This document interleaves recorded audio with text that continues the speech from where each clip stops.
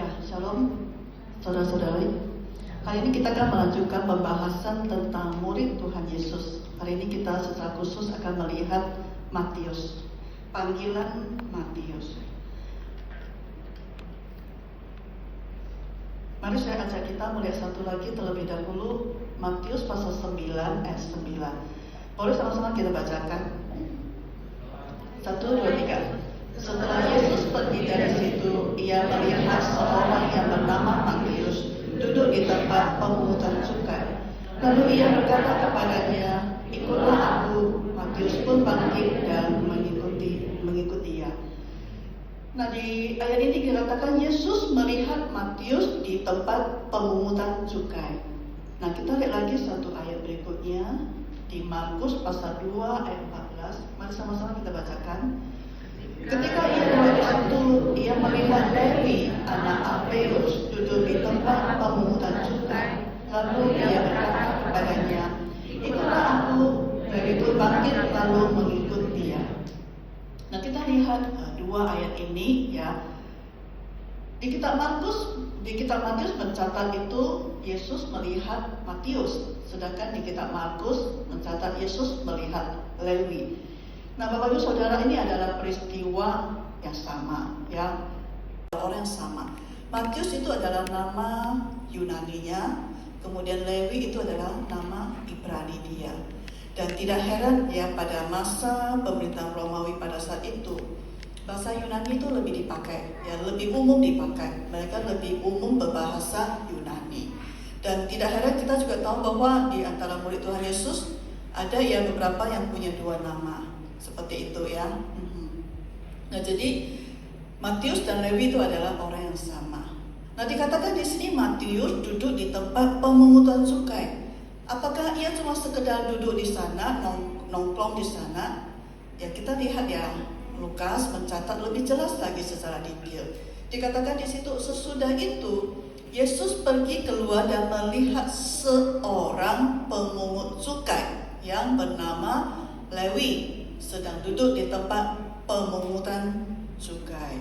Ya, jadi lebih jelas Lukas langsung memberitahukan kepada kita bahwa si Matius itu seorang pemungut cukai. Ya, dia bukan nggak ada kerjaan dulu di sana ya, dia ngantor di sana. Ya, Matius ngantor di sana. Ya, jadi kita tahu bahwa di antara sekian banyak murid Tuhan Yesus, profesi dari Matius itu yang lain daripada yang lain. Ya, kita tahu bahwa mayoritas itu nelayan, ya kan? Tapi si Matius ini pemungut cukai. Ada satu murid Tuhan Yesus yang juga agak lain, yaitu Simon Zelot. Nanti mungkin di bulan berikutnya ya ada contoh lain yang membahasnya. Ya, itu juga dari golongan yang agak ekstrim ya. Nah, jadi kali ini kita akan melihat dari Matius.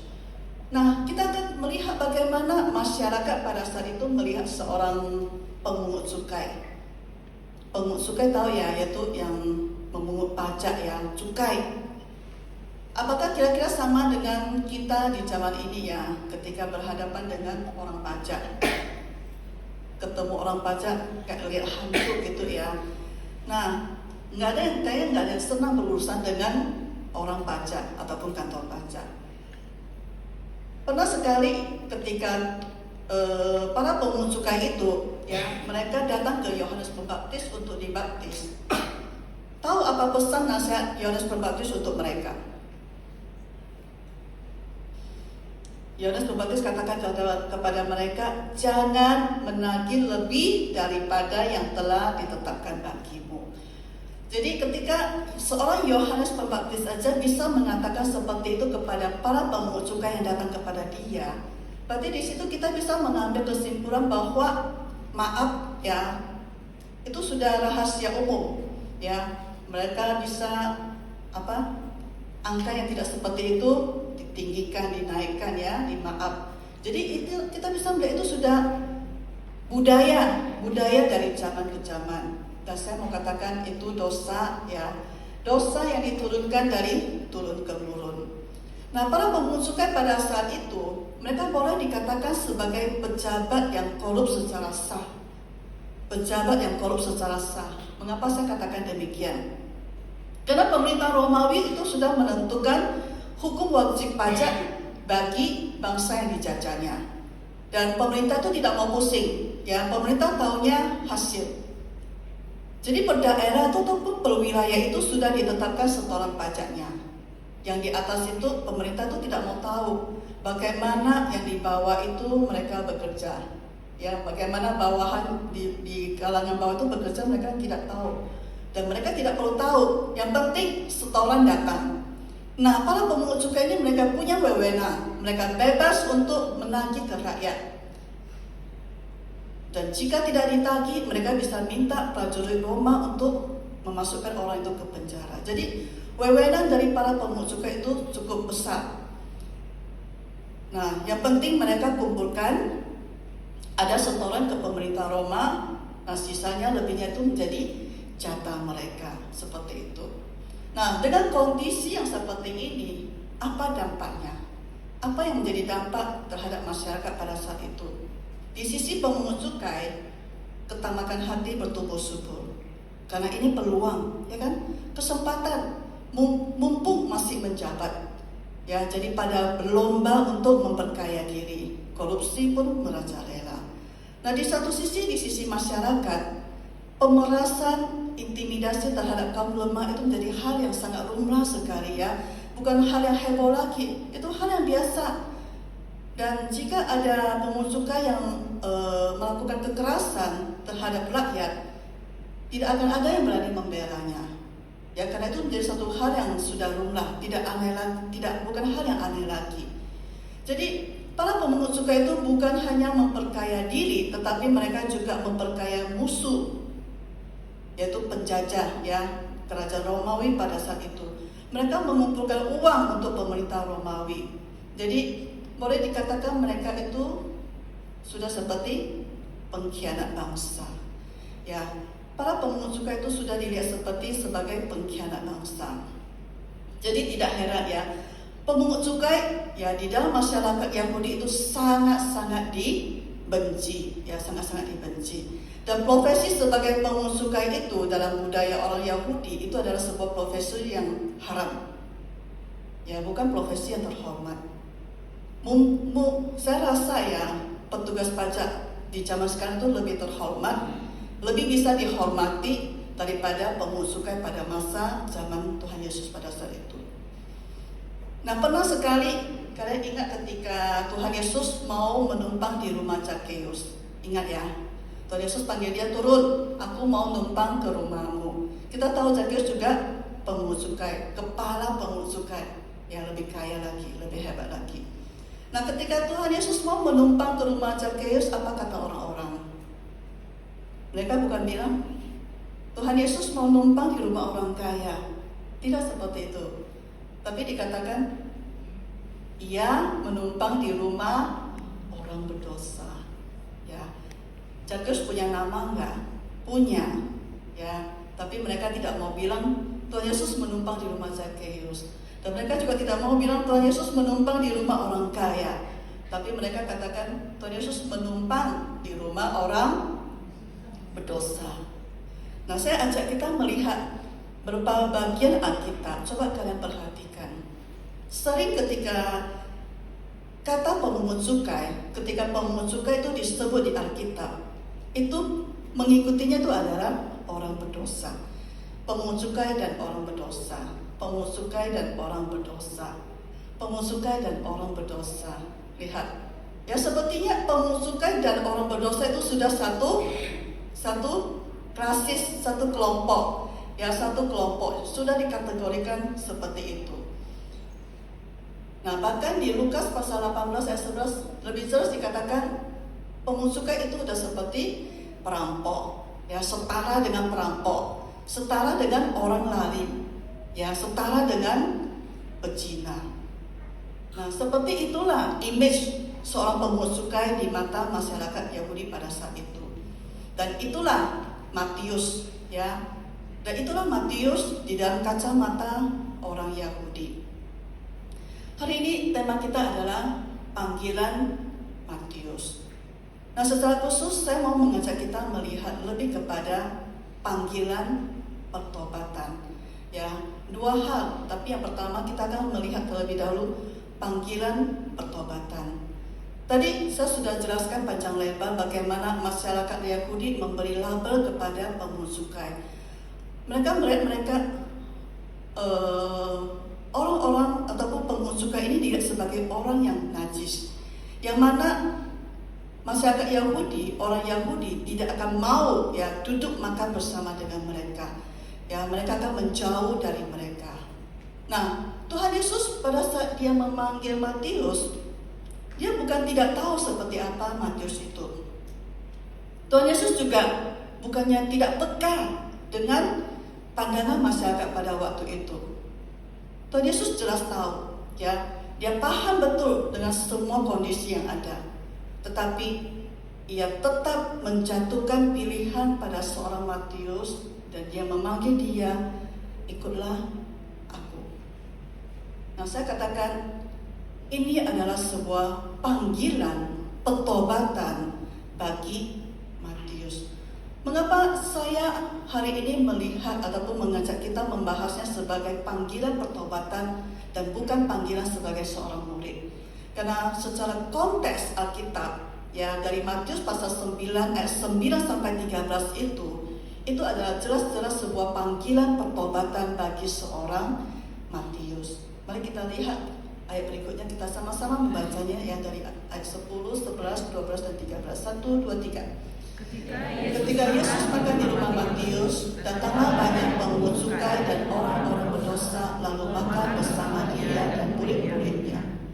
Waktu orang Farisi melihat hal itu, berkatalah mereka kepada murid-murid Yesus, mengapa gurumu makan bersama pemungut cukai dan orang berdosa?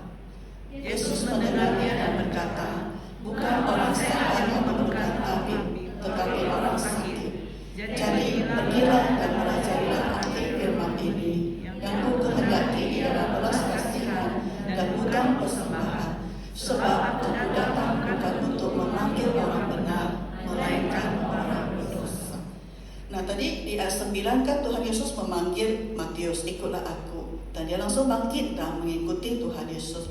Segera di ayat 10 mencatat, Matius mengundang Yesus ke rumahnya, makan di rumahnya. Lalu datanglah banyak pemungut cukai, karena memang temannya pemungut cukai, sesama pemungut cukai. Matius tidak punya teman dari kalangan dokter, kalangan pengusaha, enggak, karena mereka adalah kelompok yang dikucilkan. Jadi temannya itu sesama pemungut cukai. Jadi pada saat itu boleh dikatakan adalah kumpulan manusia berdosa ada di situ. Nah, ketika mereka sedang makan di situ, perjamuan makan itu menuai kritik. Satu kritik dari orang Farisi dan para ahli Taurat. Mereka mempertanyakan, mengapa Yesus makan bersama orang berdosa? Ada di ayat 11 mengapa gurumu makan bersama pemungut cukai dan orang berdosa? Bapak Ibu Saudara, ketika saya membaca sampai di sini, ada yang mengkritik, ada yang mengkritik saya, yang saya merasa ini aneh, ini lucu. Lucunya di mana? Coba kita perhatikan Orang Farisi yang katanya terhormat, yang katanya pemimpin agama, mereka kurang seruk melihat ini. Mereka kurang seruk melihat, wah begitu banyak mana orang berdosa makan bersama Tuhan Yesus. Mereka nggak enak melihat ini. Tapi mereka tidak datang ke Tuhan Yesus. Mereka beraninya cuma ke murid Tuhan Yesus, kan? Mereka bertanya kepada murid Tuhan Yesus, gurumu kok makan dengan itu manusia berdosa, orang-orang yang berdosa. Nah, saya mau katakan ini tipe pemimpin pecundang. Mereka kan sesama guru agama. Mereka kan guru agama, level pemimpin. Harusnya mereka itu guru ketemu guru, pemimpin ketemu pemimpin, kan? Nah, yang makan bersama itu kan Tuhan Yesus bersama murid-muridnya, tapi dipimpin oleh Tuhan Yesus. Tapi mereka tidak langsung datang kepada Tuhan Yesus untuk bertanya.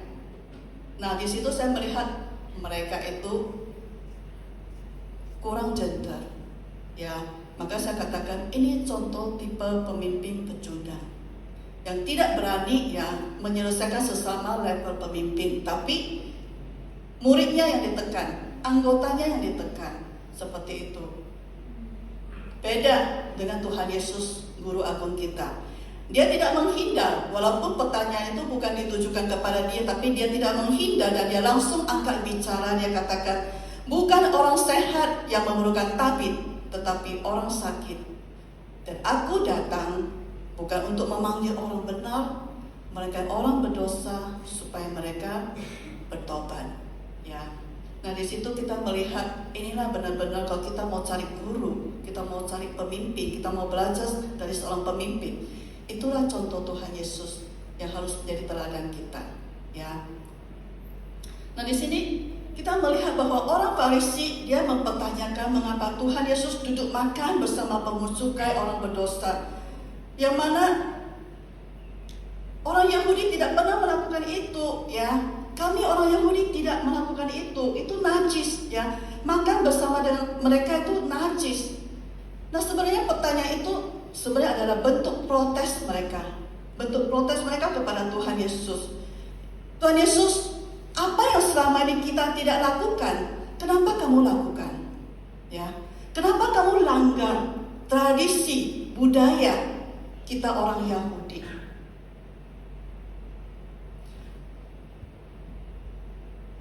Ketika manusia mencoba menempatkan tradisi ataupun budaya di atas rencana keselamatan Tuhan atas manusia, Tuhan akan dobrak itu. Ya. Ketika gereja lebih meninggikan tradisi dan budaya di atas rencana keselamatan Tuhan, Tuhan akan dobrak itu. Ya. Jangan kita terlalu bangga dengan tradisi ataupun budaya kita yang ada. Itu harusnya di bawah rencana Tuhan. Itu harus disesuaikan dengan rencana Tuhan yang kekal. Nah, ketika orang Farisi mereka begitu keberatan Tuhan Yesus makan dengan Matius, karena di dalam tradisi mereka itu tidak seperti itu.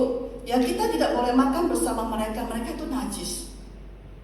Tapi Tuhan Yesus dengan katakan, ya, bahwa dia datang bukan untuk memanggil orang benar, melainkan orang berdosa supaya mereka bertobat. Ya, dan inilah panggilan pertobatan yang terjadi atas diri Matius. Yesus datang untuk memanggil orang berdosa. Dan panggilan itu sampai kepada Matius. Dan panggilan itu bekerja efektif, ya, mendatangkan pertobatan di dalam diri Matius. Benar bahwa hanya orang yang menyadari dirinya sakit yang akan ke dokter dan akan ada harapan untuk disembuhkan. Hanya orang yang sadar dirinya berdosa akan bertobat dan mendapatkan pengampunan. Di dalam contoh, di dalam kisah tadi, kita melihat dua kontras, yaitu orang Farisi yang merasa dirinya benar, ya, yang merasa dirinya benar, yang merasa dirinya baik. Tapi di satu sisi ada Matius pemungut cukai yang menyadari dirinya berdosa, yang butuh pengampunan. Dan ketika Tuhan Yesus memanggil dia untuk mengikuti dia begitu gembira dan dia menyambut Tuhan Yesus di dalam rumah dia. Para Farisi itu tidak berbagian karena mereka tidak mengundang, ya, mereka merasa diri mereka cukup benar, cukup baik dengan semua hukum-hukum mereka itu. Ya, di sini kita melihat itulah panggilan pertobatan yang terjadi atas diri Matius. Nah, bagaimana kita tahu pertobatan seseorang? Bagaimana kita tahu pertobatan Matius? Tentunya dari buah pertobatan yang ia hasilkan, bukan? Ya. Nah, panggilan Matius, ya, pertama itu adalah panggilan pertobatan dan itu menghasilkan buah pertobatan. Tentang Matius memang di Alkitab tidak banyak mencatat, ya, namanya hanya muncul beberapa kali dan lebih banyak itu ada ketika disebutkan bersama 12 murid Tuhan Yesus, namanya muncul di situ. Dan satu lagi adalah di Matius, yaitu kisah panggilan dia, dan yang satu lagi ketika di kisah para rasul, ya, ketika mereka kembali dari melihat kenaikan Tuhan Yesus, mereka berkumpul di satu ruangan, di ruangan atas. Di situ ketika mereka berdoa, menantikan turunnya Roh Kudus, Matius ada di sana. Cuma itu aja yang dicatat oleh Alkitab. Tidak banyak yang bisa kita lihat secara langsung ya dari Alkitab. Tapi kita bisa melihat kisah pertobatan kisah pertobatan Matius dari kitab yang dia tulis, yaitu Matius. Nah, di sini saya perlu jelaskan secara eksplisit, yaitu secara tertulis nama Matius tidak ada ditulis sebagai penulis kitab Matius, tetapi menurut tradisi Kristen dan juga para peneliti sebelumnya, tidak ada keraguan menyebut kitab Injil itu sebagai kitab Matius yang ditulis oleh Matius ini. Jadi ketika kita mau melihat bagaimana pertobatan di dalam diri seseorang, walaupun tidak banyak cerita tentang dia, tapi ketika kita melihat hasil karya tulis dia, di situ kita juga bisa melihat ataupun mengenal seseorang itu. Ya, kisah pertobatan Matius itu dapat kita lihat di dalam tulisannya sendiri. Pertama, saya mengajak kita melihat ketika dia menulis, memperkenalkan nama murid Tuhan Yesus. Di Matius pasal 10 ayat 2 sampai 4, di situ tercatat nama 12 murid Tuhan Yesus. Nah, lihat bagaimana dia memperkenalkan dirinya dan Yudas Iskariot. Itu agak beda, ya kan? Agak beda dengan murid-murid yang lain. Di sini dia tidak memakai nama Lewi. Ya, tadi kita sudah jelaskan bahwa dia punya nama lain, yaitu Lewi, yang notabene itu lebih terhormat. Tapi dia memakai nama Matius. Ia juga tidak menutupi pekerjaan dia sebelumnya sebagai seorang pemungut cukai. Coba saya ajak kita diskusi ya. Katakanlah seseorang yang pernah sebagai terpidana hukum, namun setelah ia menyelesaikan masa hukumannya, katakanlah mungkin setelah 5 tahun ya, orang ini keluar dari tahanan dan kemudian dia mau mencari kerja. Ketika dia mau mencari kerja, apakah ia akan menulis dalam CV-nya itu selama 5 tahun terakhir itu dia ada di mana? Menurut kalian tuliskan di CV-nya 5 tahun terakhir itu dia ada di mana? Mungkin ada yang bilang jangan, nanti pasti nggak dapat kerja ya, gitu ya. Terus mungkin ada yang katakan ya tulis saja, masing-masing setiap orang punya masa lalu gitu. Matius membuat deskripsi ya di belakang namanya itu Matius pemungut cukai. Bukan ia mau membanggakan pekerjaannya. Ya, tadi di depan saya sudah jelaskan bahwa pemungut cukai itu bagi masyarakat pada saat itu adalah pekerjaan yang haram. Ya, tidak ada unsur dia mau membanggakan itu karena tidak ada nilai plusnya, ya, tidak ada nilai positifnya. Ketika Matius dia menuliskan Matius pemungut cukai, itu menunjukkan sepenuhnya ia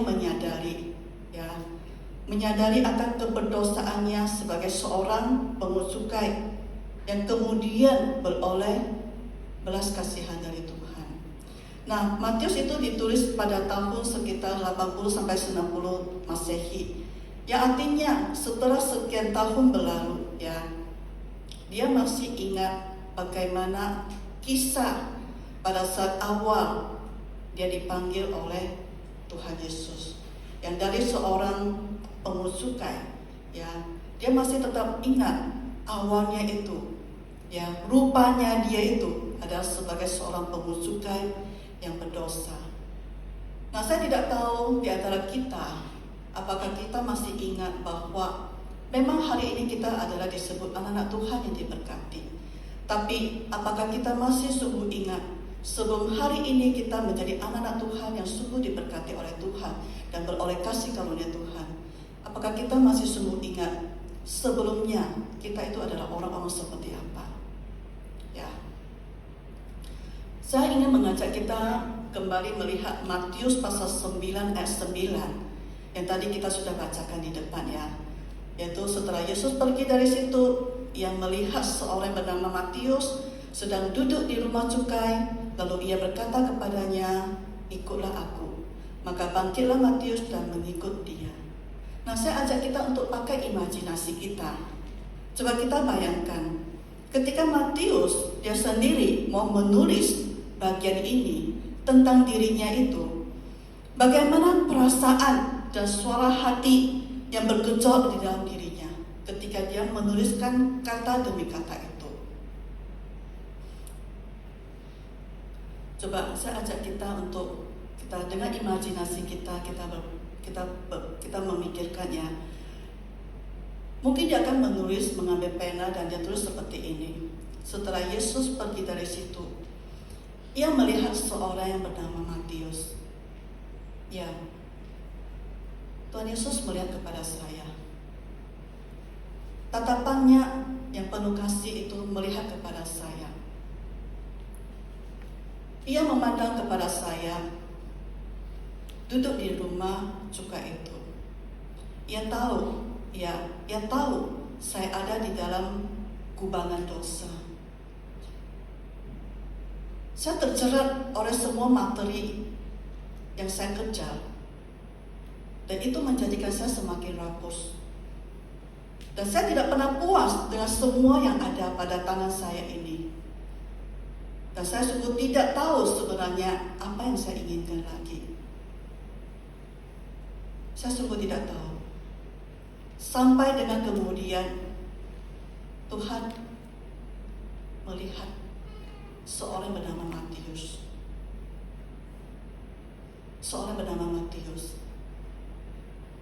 Dan saya tahu ketika Tuhan melihat kepada saya, ia melihat dengan maksud dan tujuan yang kekal bagi hidup saya. Dan aku pun mendengar suara panggilannya, "Matius, ikutlah aku."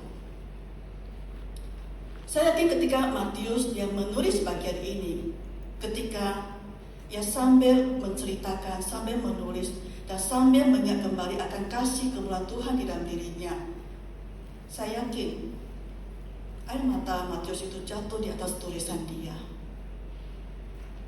Saya tidak tahu di antara kita apakah kita masih ingat kepada kisah pertobatan kita yang pertama kali kita tulis. Umumnya ketika kita akan dibaptis ya, kita diminta untuk menulis kesaksian kita. Apakah kita masih ingat ketika pertama kali kita menulis semua kisah pertobatan kita, bagaimana saya boleh menjadi orang yang diselamatkan dari kondisi seperti apa? Apakah kita masih sungguh ingat? Ya, saya mengajak kita menggunakan waktu 5 menit untuk kita merenungkan sambil boleh disiapkan lagu Amazing Grace. Saya memberikan waktu setiap kita untuk kita kembali merenungkan bagaimana aku manusia berdosa boleh dipanggil oleh Tuhan dan beroleh kemuliaan Tuhan di dalam hidup saya. Silakan boleh diputarkan. Ya.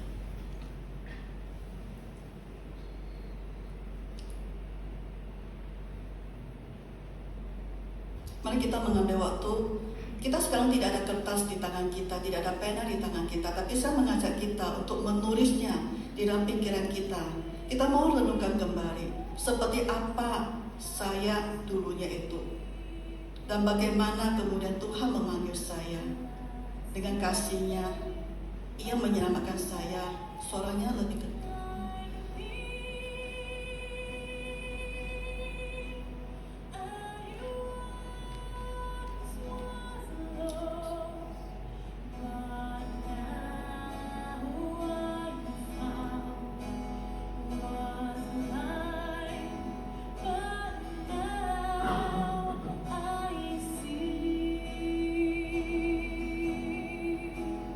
Was grace that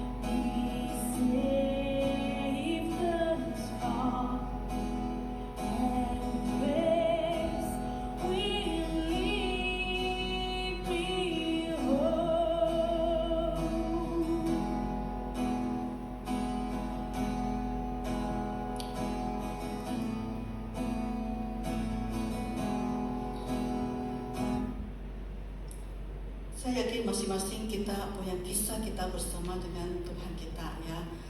Dimulai ketika Dia memanggil engkau, ikutlah aku. Dan di sejak itu ketika engkau meresponi panggilan Dia, engkau telah menjalani hidupmu bersama dengan Kristus. Dan sungguh ketika kita menyadari bahwa kita sungguh hidup di dalam jalan anugerah. Nah, kita kembali ke PPT, ya. Nah, panggilan Matius itu adalah panggilan pertobatan, dan kita melihat terjadi perubahan.